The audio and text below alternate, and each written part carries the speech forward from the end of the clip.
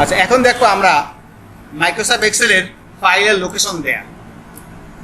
Microsoft Excel এবং Microsoft ওয়ার্ডের ফাইলের লোকেশন প্রায় একই নিয়ম, কিন্তু দুটাই খুব ইম্পর্টেন্ট। একটা সেভ করা ফাইল প্রিন্ট হয়ে যাওয়ার পরে ভবিষ্যতে যদি এই পেজটা আমার কাছে নিয়ে আসে বলে যে কম্পিউটারে আপনার এই ফাইলটা করছিলাম, আপনি বের করে দেন আমারে, কিছু এডিট করতে হবে আমার, আপনি ফাইলটাকে খুঁজে পাবেন? নাম তো মনে থাকার কথা না,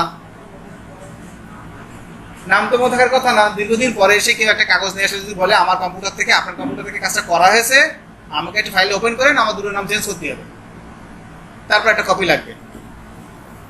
এটা তখনই সম্ভব হবে যদি ওই কাগজের শেষে আপনি ফাইলটা কি নামে কোথায় সেভ করেছিলেন তা দেয়া থাকে, তাহলে খুব কুইকলি ফাইলটা খুঁজে আপনি তার কাছে করে দিতে পারবেন।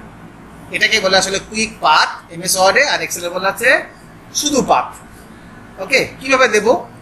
যেহেতু আমরা ফাইলের লোকেশনটা প্রত্যেক পেজে দিই, যাতে সে যেই পেজটাই নিয়ে আসবে আমি সেই পেজেই দেখেই ফাইলটা খুঁজে পাবো, তাই আমার চলে যাবো ফার্স্ট টাইম হচ্ছে ভিউ থেকে পেজ লেআউট। পেজ লেআউট মানে হচ্ছে একটা পেজ দেখতে কেমন হবে, তার এরিয়া কতটুকু। যখন আমি পেজ লেআউটে গেলাম তখন এক একটা পেজের মাপ আমি পেয়ে গেলাম, এতটুকু এক একটা পেজ। শুধু তাই না, পেজের নাম্বারও পেয়ে গেলাম। এই যে পেজ 1 থেকে 3, অর্থাৎ মোট 3টা পেজ আছে। মজার বিষয় হচ্ছে এখানে হেডার এবং ফুটার বলে একটা অপশনটা পেয়ে যাবো, কিন্তু আমার ইনসার্ট মেনুতে ছিল। এই কাজটা আমি কিন্তু ইনসার্ট থেকে হেডারের মাধ্যমে করতে পারতাম, কোনো সমস্যা ছিল না। তাহলে আমার যার সাথে সাথে দেখেন লেখা আছে উপরে অ্যাড হেডার। এমএস ওয়ার্ডে হেডারগুলো একবারে লেখা যায়, আর এই হেডারগুলো 3টা ভাগে আসে, লেফট সাইড, সেন্টার আর রাইট সাইড, 3টা পার্টে আসে। হেডার যখন এসেছে নিচে আসেন, নিচে ফুটারও এসেছে, এই দেখেন ফুটার। যদি আপনি মনে করেন বাম সাইডে আপনি পার্ট দেবেন, তাহলে বাম সাইডে ফুটার লেখা এসেছে, এবং উপরে লক্ষ্য করে দেখেন ডিজাইন নামে একটা মেনু এসেছে।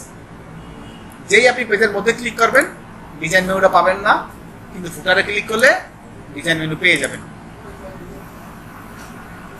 এই ডিজাইন মেনুতেই আপনার দেখেন লেখা আছে অনলি ফাইল পাথ, এখানে একটা ক্লিক করতে হবে। একটাই শর্ত, ফাইলটা সেভ থাকা লাগবে। সেভ না থাকলে ফাইলটা পাবেন কিভাবে?